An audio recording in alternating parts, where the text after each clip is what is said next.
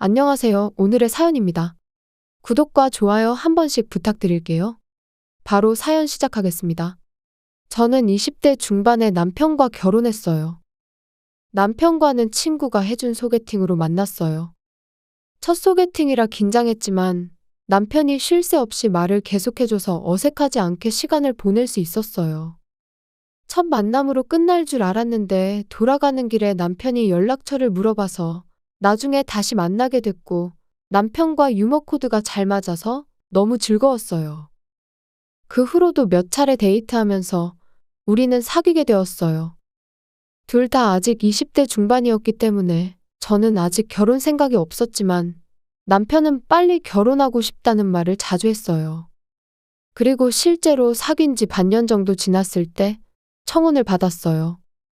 저는 사귄 지 반년 만에 결혼하기에는 조금 이르다고 생각했지만 남편과 함께 있는 시간이 즐거웠고 함께 있을 때 너무 다정다감해서 이 사람이라면 즐거운 결혼 생활을 할 수 있을 것 같아서 승낙했어요. 주변에서 걱정을 많이 했는데 그런 것들을 무시하고 결혼을 하게 됐어요. 그리고 이때의 판단을 결혼하자마자 후회하게 되었어요. 여보, 나 이제 나가는데 밥 따먹고 나면 밥그릇은 싱크대에 넣어놔줘. 그렇게 남편에게 말한 날, 집에 돌아오니 식기가 식탁 위에 그대로 놓여 있었어요. 저녁 식사 때도 오늘 생선이야? 고기가 먹고 싶었는데. 일하느라 피곤한데 체력 보충을 시켜줄 생각은 안 하는 거야? 애처럼 반찬 투정을 하고 또 집안일은 제가 하는 게 당연하다고 생각하는지 셔츠 왜 다림질 안 해놔? 출근할 때 매일 빳빳하게 다림질된 셔츠를 꺼내 입는 게 로망이었는데. 라며 매일 저에게 이런저런 요구를 했어요.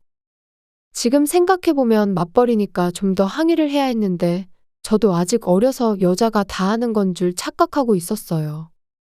그리고 결혼하고 비교적 빨리 아이를 낳았어요. 그게 바로 제 아들 수환이에요. 임신 동안은 힘들었어요.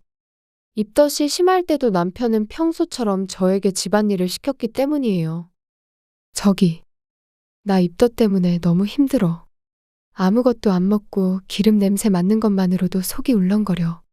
입덧이 좀 가라앉을 때까지만이라도 여보가 요리 좀 해주면 안 돼? 내가 요리를 해야 한다면 결혼한 의미가 전혀 없잖아. 먹고 토하는 건 어쩔 수 없을지 몰라도 요리하는 게 힘들다는 건 솔직히 핑계잖아.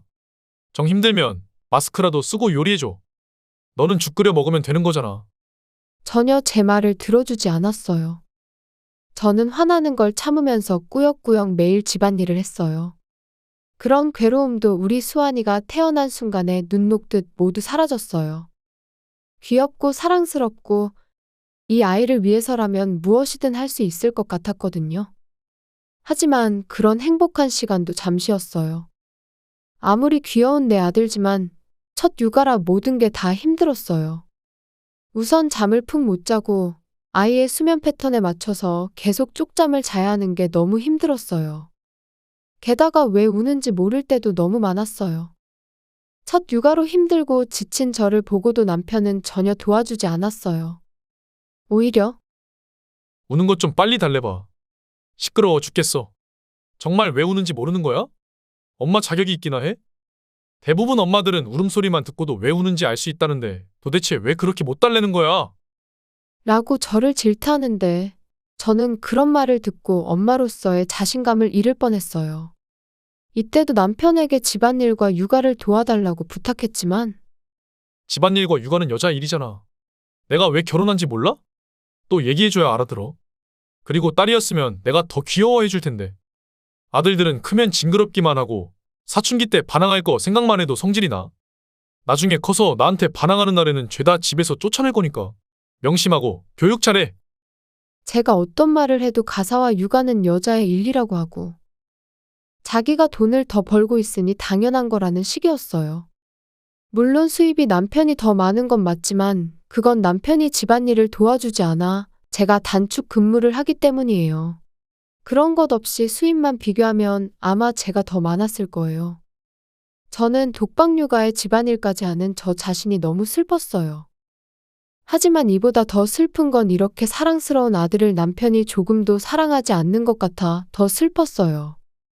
저는 칭얼거리는 수환이를 달래기 위해 포대기를 하고 동네 한 바퀴를 돌며 눈물을 훔쳤어요. 이런 날들이 지나 수환이가 4살이 되었어요. 수환이는 어린이집 다니는 게 재밌다고 하고 매일 엄마 사랑해라고 말했어요. 하지만 남편은 여전히 아들에게 무관심했어요. 수환이가 아빠라고 불러도 못 들은 척하는 경우가 많아 안타까웠어요. 그리고 이 시기에 왠지 모르게 남편이 바람을 피우고 있는 것 같았어요. 이전에는 없던 야근과 휴일 출근이 갑자기 늘어난 거죠. 또 마찬가지로 이전에는 없던 출장 이야기를 하며 2, 3일씩 집을 비우는 일도 있었어요. 제가 넌지시 여자 만난다고 너무 바쁜 거 아니지? 라고 물어봤지만 당연히 남편은 부인했어요. 저는 남편이 계속 수상한 행동을 한다면 미행이라도 해야 하나 생각하고 있었어요. 그런데 이 시기에 아들의 건강이 안 좋아지기 시작했어요. 자주 열이 나고 감기 같은 게 걸리면 도통 잘 낫지가 않았어요. 그래서 남편의 외도 의혹에 대해 생각하거나 움직일 시간도 없었지요. 당연하겠지만 남편은 아들의 간호에는 관심도 없었고요. 오히려 아들이 감기 기운이 있으면 감기 옮으면 곤란하니까 나는 친구 집에서 잘게. 라고 말하고 나가버리는 거예요. 어차피 친구 집에 안 가는 거 다 알아. 속으로는 이렇게 생각했지만 아까도 말했듯이 그런 것들에 매달릴 수 있는 상황이 아니었어요. 이후에도 아들의 건강 상태는 계속 안 좋아졌어요. 이때 아들이 5살 되었을 때인데 병원에서도 조금 이상하다고 해서 정밀 검사를 하게 되었어요. 주치의인 이정혁 선생님으로부터 검사 결과가 나왔다는 전화가 왔고 가급적이면 부모님께서 함께 와서 이야기를 들어줬으면 좋겠습니다. 남편에게 함께 가보자고 했지만 귀찮아. 네가 가서 들은 걸 말해주면 되잖아. 라는 말만 되풀이했고 어쩔 수 없이 저는 혼자 병원에 가서 이야기를 들었어요. 주치의 선생님 말을 듣고 저는 머리를 한 대 맞은 듯한 충격을 받았어요. 소아암이 발견되었다는 거예요. 저는 눈앞이 캄캄해졌어요. 왜 하필이면 우리 아들에게. 더 이상 아무 생각도 할 수 없었고 그 자리에 주저앉은 저를 주치의 선생님께서 다독여 주시고 진정시켜 주셨어요. 앞으로 수환이는 치료를 열심히 해야 해요. 어머니께서 아주 힘드시겠지만 슬픈 표정을 짓고 있으면 수환이가 더 힘들어해요. 저는 이 말을 듣고 정신이 번쩍 들었어요. 그래. 슬프고 우울해도 참아보자. 수환이를 꼭 낫게 해야지. 그리고 저는 집에 돌아와 남편에게 들은 이야기를 전했어요. 과연 아들이 소아암이라는 걸 알게 되면 남편이 변할까? 함께 최선을 다해보자고 말하겠지? 그러나 제 기대는 허무하게 무너졌어요. 남편은 생각에 잠긴 얼굴로 한마디를 했어요. 미안한데 나는 자신이 없어. 우리 이혼해. 그리고는 이혼 신고서를 제 앞에 내밀었어요. 저는 지금 무슨 일이 일어나고 있는지 이해할 수 없었어요. 뭐? 무슨 소리야? 병원에서 부모님 보고 함께 오라는 건 큰일이라고 생각했어. 뭔가 큰 병이라도 걸렸을 거라는 느낌이 들었지. 예상했던 대로 단순한 게 아니었네. 솔직히 너랑은 이미 이혼하고 싶다는 생각을 하고 있었어. 결혼하고 나서 나한테 집안일 하라느니 육아 함께 하자느니 잔소리했잖아. 애가 있으니까 이혼만은 참고 있었는데 암이면 치료한다고 해도 살 수 있는 가망성이 거의 없잖아. 그거 내 사인은 해놨으니 나머지 작성해서 제출해줘. 그렇게 말하고는 얼른 침실로 가버렸어요. 저는 그 이혼 신고서를 앞에 두고 몇 시간 동안 그 자리에서 움직일 수 없었어요. 지금까지 가사와 육아의 비협조적이었던 것은 그래도 참을 수 있어요.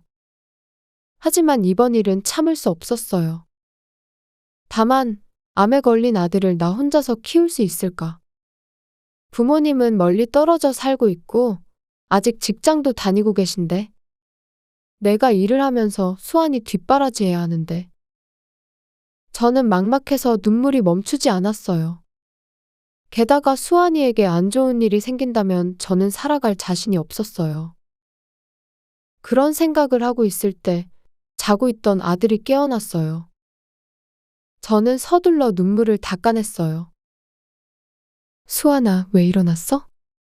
화장실 가고 싶어? 엄마, 무슨 슬픈 일 있어? 어디 아파? 이번엔 내가 엄마 안 아프게 해줄게. 저는 아들을 불안하게 하지 않기 위해 눈물을 닦다가 눈물이 멈추지 않아 아들을 껴안았어요. 저는 소중한 아들을 위해 굳게 마음을 먹었어요. 그 다음 날 남편은 작별 인사도 없이 짐을 싸서 떠났어요. 그리고 그로부터 10년의 세월이 흘렀어요. 제가 마트에서 장 보고 있는데 드디어 찾았네. 라는 목소리가 들렸어요.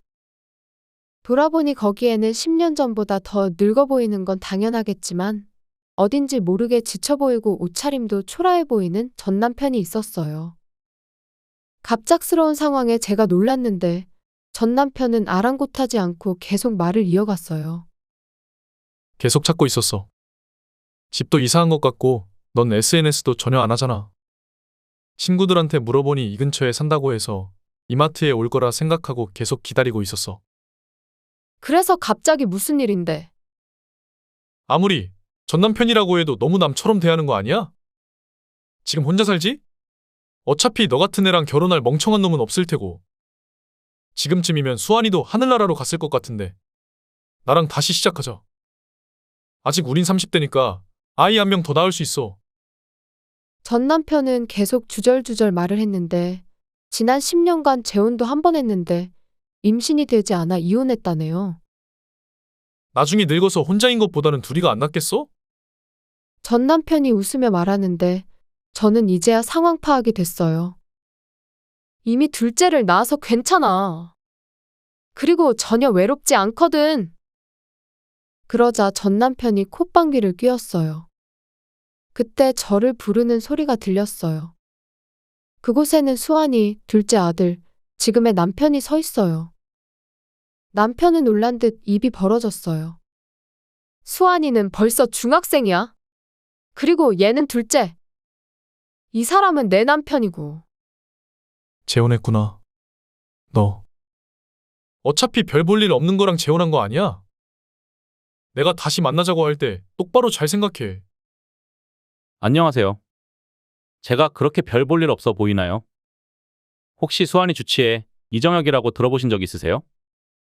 그게 전데 바람 피느라 바빠서 들어본 적이 없으려나? 맞아요. 저는 아들의 주치의였던 이정혁 선생님과 재혼했어요. 제가 이혼한 후에도 주치의였기 때문에 당연한 일이지만 아들을 친절하게 진료해 주셨어요. 그리고 제 고민 상담도 항상 들어주셨어요. 그런 다정한 모습에 호감이 생겼지만 의사와 환자 보호자라는 관계 때문에 그런 말을 꺼낼 순 없었어요. 그러다 우연히 밖에서 만나 식사를 한 게 계기가 돼서 사귀게 되었고 그 후 재혼까지 이어지게 된 거죠. 정말 전 남편과는 비교하는 게 기분 나쁠 정도로 좋은 사람이에요. 게다가 남편이 열심히 치료해줘서 아들의 암도 완치되었고요. 그래서 지금은 또래 아이들처럼 건강해요. 남편은 그 자리에 주저앉아 고개를 떨궜어요. 의사와 재혼이라니. 그러다 고개를 들어 수환이를 쳐다봤어요. 수환아. 아빠 기억하지? 내가 진짜 네 아빠야. 너는 친아빠와 함께 살고 싶잖아? 그치? 엄마가 재혼해서 어쩔 수 없이 살고 있는 거잖아. 어서 말을 해봐. 아저씨가 누군지 몰라요. 다만 어렸을 때 집에서 아무것도 안 하고 저와 엄마를 슬프게 했던 삼촌이 있었다는 건 기억해요. 제 아빠는 옆에 있는 이분이 아빠예요. 알겠어요? 과거의 한 짓을 부끄럽게 생각해야지. 다음에 또 나타나면 경찰 부를 겁니다. 우리는 발길을 돌려 고개를 숙이고 있는 전 남편을 뒤돌아 떠났어요. 그 후의 일이에요. 전 시부모님이 우리 아들과 다시 만나줄 수 있겠냐는 전화가 와서 알게 된 건데 전 남편이 저와 재결합하려는 이유는 오로지 돈 때문이었던 것 같아요. 직장도 좋고 집도 부유하니 어떻게든 도와줄 수 없겠니? 라는 이야기가 대부분이었고 당연히 거절했죠. 전 남편은 이혼하며 생긴 위자료와 사업 실패로 인한 빚 때문에 굉장히 힘들어한다고 했어요. 저는 저와는 상관없는 일입니다. 하고 전화를 끊고 차단까지 해버렸어요. 전화를 끊고 거실로 돌아오니 아들과 남편이 걱정스러운 표정으로 저를 바라봤어요. 저는 잘못 걸린 전화라고 둘러대고 다시 평온을 되찾았어요. 지금의 저는 이렇게까지 행복해도 되는 건가 싶을 정도로 하루하루가 너무 행복해요. 게다가 저는 아직 30대라 사랑하는 남편과 함께 한 명 정도는 더 낳아볼까? 하는 생각을 하며 남편의 품에 안겨봅니다. 시청해주셔서 감사합니다. 그럼 다음 영상에서 다시 뵙겠습니다.